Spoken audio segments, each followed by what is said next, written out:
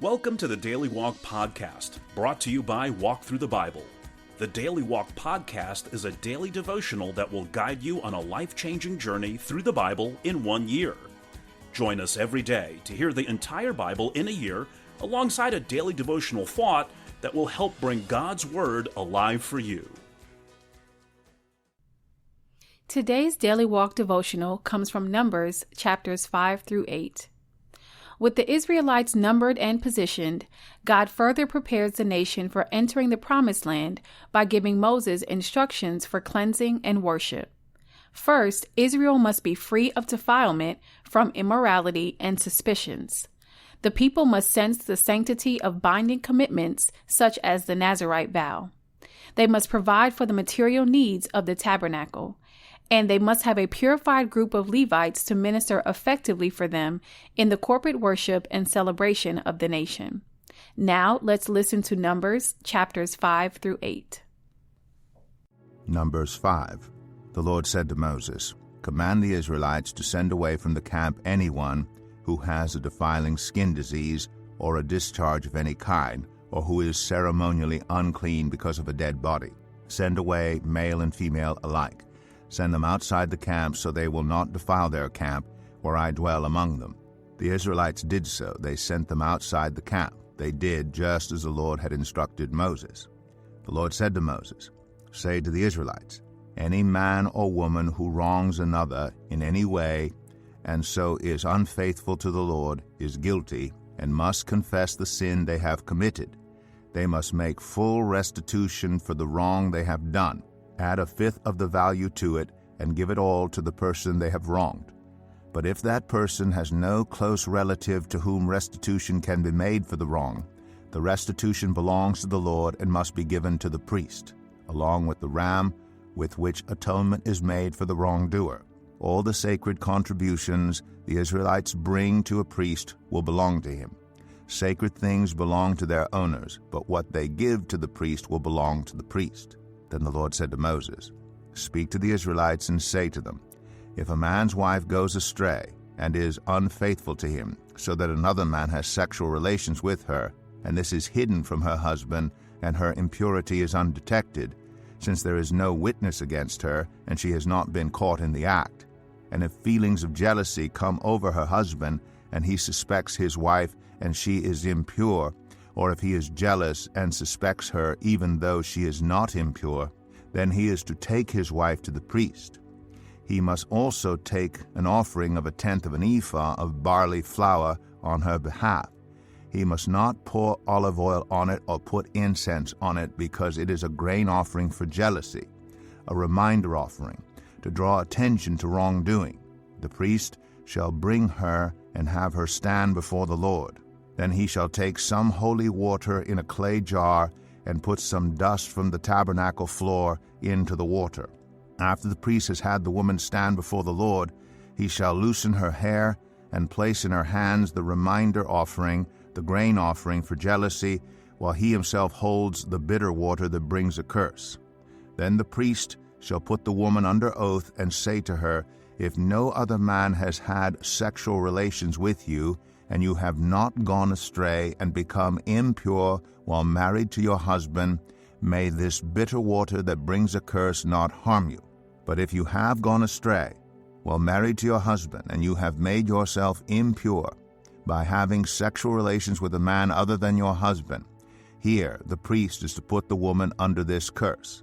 May the Lord cause you to become a curse among your people when he makes your womb miscarry and your abdomen swell. May this water that brings a curse enter your body, so that your abdomen swells or your womb miscarries." Then the woman is to say, "Amen, so be it." The priest is to write these curses on a scroll and then wash them off into the bitter water. He shall make the woman drink the bitter water that brings a curse, and this water that brings a curse and causes bitter suffering will enter her. The priest is to take from her hands the grain offering for jealousy, wave it before the Lord, and bring it to the altar. The priest is then to take a handful of the grain offering as a memorial offering and burn it on the altar. After that, he is to have the woman drink the water. If she has made herself impure and been unfaithful to her husband, this will be the result. When she is made to drink the water that brings a curse and causes bitter suffering, it will enter her. Her abdomen will swell, and her womb will miscarry, and she will become a curse. If, however, the woman has not made herself impure but is clean, she will be cleared of guilt and will be able to have children. This, then, is the law of jealousy, when a woman goes astray and makes herself impure while married to a husband, or when feelings of jealousy come over a man because he suspects his wife. The priest is to have her stand before the Lord and is to apply this entire law to her. The husband will be innocent of any wrongdoing, but the woman will bear the consequences of her sin. Numbers 6. The Lord said to Moses, "Speak to the Israelites and say to them, if a man or woman wants to make a special vow, a vow of dedication to the Lord as a Nazirite, they must abstain from wine and other fermented drink and must not drink vinegar made from wine or other fermented drink. They must not drink grape juice or eat grapes or raisins. As long as they remain under their Nazirite vow, they must not eat anything that comes from the grapevine, not even the seeds or skins. During the entire period of their Nazirite vow, no razor may be used on their head. They must be holy until the period of their dedication to the Lord is over. They must let their hair grow long. Throughout the period of their dedication to the Lord, the Nazirite must not go near a dead body. Even if their own father or mother or brother or sister dies, they must not make themselves ceremonially unclean on account of them, because the symbol of their dedication to God is on their head. Throughout the period of their dedication, they are consecrated to the Lord. If someone dies suddenly in the Nazirite's presence, thus defiling the hair that symbolizes their dedication, they must shave their head on the 7th day, the day of their cleansing. Then on the 8th day they must bring 2 doves or 2 young pigeons to the priest at the entrance to the tent of meeting. The priest is to offer one as a sin offering and the other as a burnt offering to make atonement for the Nazirite because they sinned by being in the presence of the dead body. That same day they are to consecrate their head again. They must rededicate themselves to the Lord for the same period of dedication and must bring a year-old male lamb as a guilt offering. The previous days do not count because they became defiled during their period of dedication. Now this is the law of the Nazirite when the period of their dedication is over. They are to be brought to the entrance to the tent of meeting. There they are to present their offerings to the Lord, a year-old male lamb without defect for a burnt offering, a year-old ewe lamb without defect for a sin offering, a ram without defect for a fellowship offering, together with their grain offerings and drink offerings, and a basket of bread made with the finest flour and without yeast, thick loaves with olive oil mixed in, and thin loaves brushed with olive oil. The priest is to present all these before the Lord and make the sin offering and the burnt offering. He is to present the basket of unleavened bread and is to sacrifice the ram as a fellowship offering to the Lord, together with its grain offering and drink offering. Then at the entrance to the tent of meeting, the Nazirite must shave off the hair that symbolizes their dedication. They are to take the hair and put it in the fire that is under the sacrifice of the fellowship offering. After the Nazirite has shaved off the hair that symbolizes their dedication, the priest is to place in their hands a boiled shoulder of the ram, and 1 thick loaf and 1 thin loaf from the basket, both made without yeast. The priest shall then wave these before the Lord as a wave offering. They are holy and belong to the priest, together with the breast that was waved and the thigh that was presented. After that, the Nazirite may drink wine. This is the law of the Nazirite, who vows offerings to the Lord in accordance with their dedication, in addition to whatever else they can afford. They must fulfill the vows they have made according to the law of the Nazirite. The Lord said to Moses, "Tell Aaron and his sons, this is how you are to bless the Israelites. Say to them, the Lord bless you and keep you. The Lord make his face shine on you and be gracious to you. The Lord turn his face toward you and give you peace. So they will put my name on the Israelites, and I will bless them." Numbers 7. When Moses finished setting up the tabernacle, he anointed and consecrated it in all its furnishings. He also anointed and consecrated the altar and all its utensils. Then the leaders of Israel, the heads of families who were the tribal leaders in charge of those who were counted, made offerings.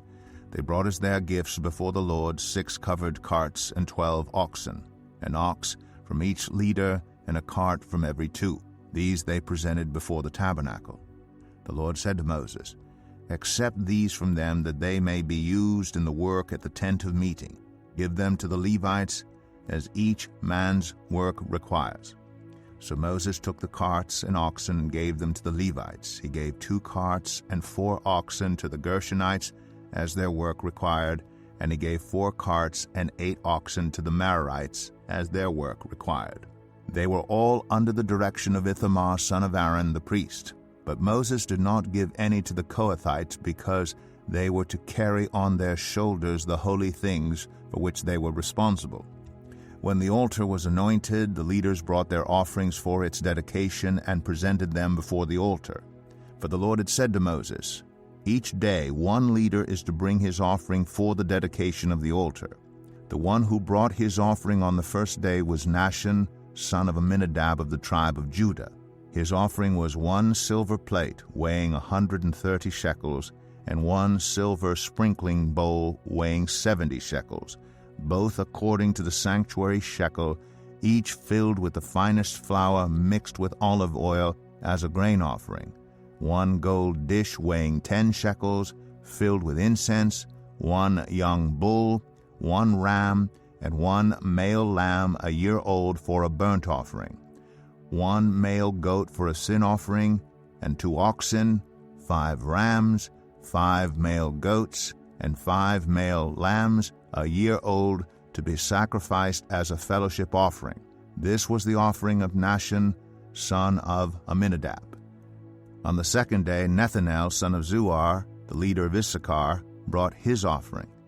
The offering he brought was 1 silver plate weighing 130 shekels, and 1 silver sprinkling bowl weighing 70 shekels, both according to the sanctuary shekel, each filled with the finest flour mixed with olive oil as a grain offering, 1 gold dish weighing 10 shekels, filled with incense, 1 young bull, 1 ram, and 1 male lamb a year old for a burnt offering, 1 male goat for a sin offering, and 2 oxen, 5 rams, 5 male goats, and 5 male lambs a year old, to be sacrificed as a fellowship offering. This was the offering of Nethanel, son of Zuar. On the third day, Eliab, son of Helon, the leader of the people of Zebulun, brought his offering. His offering was 1 silver plate weighing 130 shekels, and 1 silver sprinkling bowl weighing 70 shekels, both according to the sanctuary shekel, each filled with the finest flour mixed with olive oil as a grain offering, 1 gold dish weighing 10 shekels, filled with incense, 1 young bull, 1 ram, and 1 male lamb a year old for a burnt offering, 1 male goat for a sin offering, and 2 oxen, 5 rams, 5 male goats, and 5 male lambs a year old, to be sacrificed as a fellowship offering. This was the offering of Eliab, son of Helon.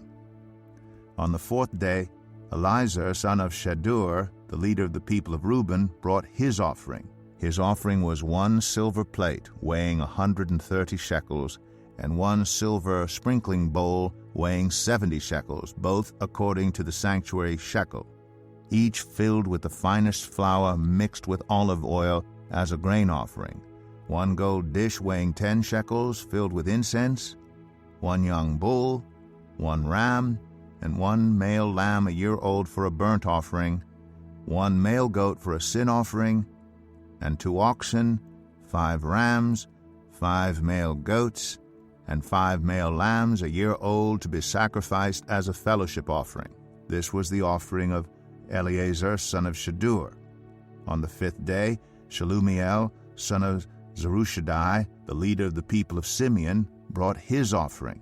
His offering was 1 silver plate weighing 130 shekels, and 1 silver sprinkling bowl weighing 70 shekels, both according to the sanctuary shekel, each filled with the finest flour mixed with olive oil as a grain offering, 1 gold dish weighing 10 shekels filled with incense, 1 young bull, 1 ram, and 1 male lamb a year old for a burnt offering, 1 male goat for a sin offering, and 2 oxen, 5 rams, 5 male goats, and 5 male lambs a year old to be sacrificed as a fellowship offering. This was the offering of Shelumiel, son of Zerushadai. On the 6th day, Eliasaph, son of Duel, the leader of the people of Gad, brought his offering. His offering was 1 silver plate weighing 130 shekels, and 1 silver sprinkling bowl weighing 70 shekels, both according to the sanctuary shekel, each filled with the finest flour mixed with olive oil as a grain offering, 1 gold dish weighing 10 shekels filled with incense, 1 young bull, 1 ram, and 1 male lamb a year old for a burnt offering, 1 male goat for a sin offering, and 2 oxen, 5 rams, 5 male goats, and 5 male lambs a year old to be sacrificed as a fellowship offering. This was the offering of Eliasaph, son of Duel. On the 7th day, Elishama, son of Ammihud, the leader of the people of Ephraim, brought his offering. His offering was 1 silver plate weighing 130 shekels, and 1 silver sprinkling bowl weighing 70 shekels, both according to the sanctuary shekel, each filled with the finest flour mixed with olive oil as a grain offering, 1 gold dish weighing 10 shekels filled with incense, 1 young bull, 1 ram, and 1 male lamb a year old for a burnt offering, 1 male goat for a sin offering, and 2 oxen, 5 rams, 5 male goats, and 5 male lambs a year old to be sacrificed as a fellowship offering. This was the offering of Elishama, son of Ammihud. On the 8th day, Gamaliel, son of Pedazur, the leader of the people of Manasseh, brought his offering. His offering was 1 silver plate weighing 130 shekels, and 1 silver sprinkling bowl weighing 70 shekels, both according to the sanctuary shekel, each filled with the finest flour mixed with olive oil as a grain offering, 1 gold dish weighing 10 shekels filled with incense, 1 young bull, 1 ram, and 1 male lamb a year old for a burnt offering, 1 male goat for a sin offering, and 2 oxen, 5 rams, 5 male goats, and 5 male lambs a year old to be sacrificed as a fellowship offering. This was the offering of Gamaliel, son of Pedazur. On the 9th day, Abidan, son of Gideoni, the leader of the people of Benjamin, brought his offering. His offering was 1 silver plate weighing 130 shekels, and 1 silver sprinkling bowl weighing 70 shekels, both according to the sanctuary shekel, each filled with the finest flour mixed with olive oil as a grain offering, 1 gold dish weighing 10 shekels filled with incense, 1 young bull, 1 ram, and 1 male lamb a year old for a burnt offering, 1 male goat for a sin offering, and 2 oxen, 5 rams, 5 male goats, and 5 male lambs a year old to be sacrificed as a fellowship offering. This was the offering of Abidan, son of Gideoni. On the 10th day, Ahiezer, son of Ammishaddai, the leader of the people of Dan, brought his offering. His offering was 1 silver plate weighing 130 shekels, and 1 silver sprinkling bowl weighing 70 shekels, both according to the sanctuary shekel, each filled with the finest flour mixed with olive oil as a grain offering, 1 gold dish weighing 10 shekels filled with incense, 1 young bull, 1 ram, and 1 male lamb a year old for a burnt offering, 1 male goat for a sin offering, and 2 oxen, 5 rams, 5 male goats, and 5 male lambs a year old to be sacrificed as a fellowship offering. This was the offering of Ahiezer, son of Ammishaddai. On the 11th day, Pagiel, son of Ochran, the leader of the people of Asher, brought his offering. His offering was 1 silver plate weighing 130 shekels, and 1 silver sprinkling bowl weighing 70 shekels, both according to the sanctuary shekel, each filled with the finest flour mixed with olive oil as a grain offering, 1 gold dish weighing 10 shekels filled with incense, 1 young bull, 1 ram, and 1 male lamb a year old for a burnt offering, 1 male goat for a sin offering, and 2 oxen, 5 rams, 5 male goats, and 5 male lambs a year old to be sacrificed as a fellowship offering. This was the offering of Pagiel son of Ochran. On the 12th day, Ahira son of Enan, the leader of the people of Naphtali, brought his offering. His offering was 1 silver plate weighing 130 shekels, and 1 silver sprinkling bowl weighing 70 shekels, both according to the sanctuary shekel, each filled with the finest flour mixed with olive oil as a grain offering, 1 gold dish weighing 10 shekels filled with incense, 1 young bull, 1 ram, and 1 male lamb a year old for a burnt offering, 1 male goat for a sin offering, and 2 oxen, 5 rams, 5 male goats, and 5 male lambs a year old to be sacrificed as a fellowship offering. This was the offering of Ahira son of Enan. These were the offerings of the Israelite leaders for the dedication of the altar when it was anointed: 12 silver plates, 12 silver sprinkling bowls, and 12 gold dishes. Each silver plate weighed 130 shekels, and each sprinkling bowl 70 shekels. Altogether, the silver dishes weighed 2,400 shekels, according to the sanctuary shekel. The 12 gold dishes filled with incense weighed 10 shekels each, according to the sanctuary shekel. Altogether, the gold dishes weighed 120 shekels. The total number of animals for the burnt offering came to 12 young bulls, 12 rams, and 12 male lambs a year old, together with their grain offering. 12 male goats were used for the sin offering.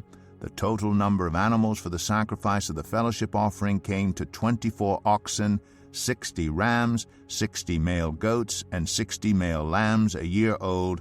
These were the offerings for the dedication of the altar after it was anointed.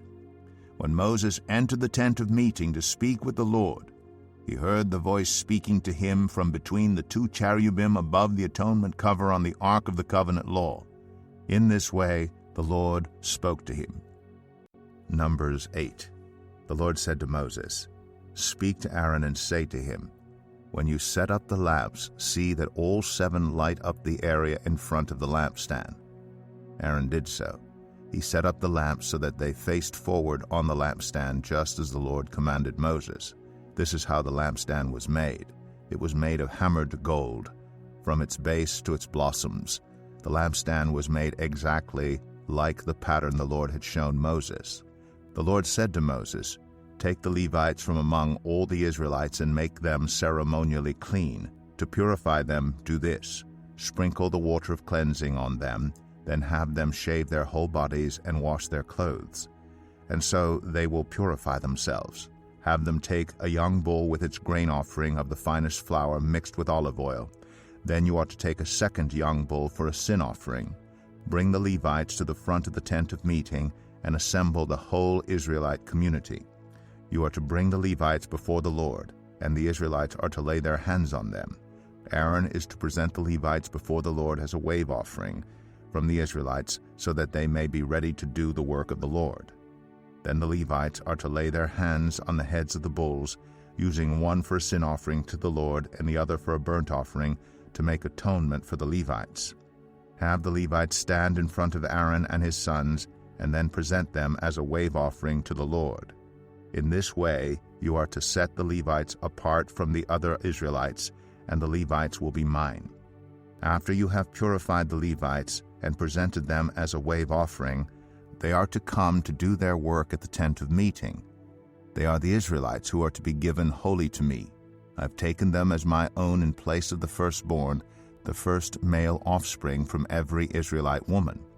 Every firstborn male in Israel, whether human or animal, is mine. When I struck down all the firstborn in Egypt, I set them apart for myself. And I have taken the Levites in place of all the firstborn sons in Israel. From among all the Israelites I have given the Levites as gifts to Aaron and his sons to do the work at the tent of meeting on behalf of the Israelites, and to make atonement for them, so that no plague will strike the Israelites when they go near the sanctuary. Moses, Aaron, and the whole Israelite community did with the Levites just as the Lord commanded Moses. The Levites purified themselves and washed their clothes. Then Aaron presented them as a wave offering before the Lord, and made atonement for them to purify them. After that, the Levites came to do their work at the tent of meeting under the supervision of Aaron and his sons. They did with the Levites just as the Lord commanded Moses.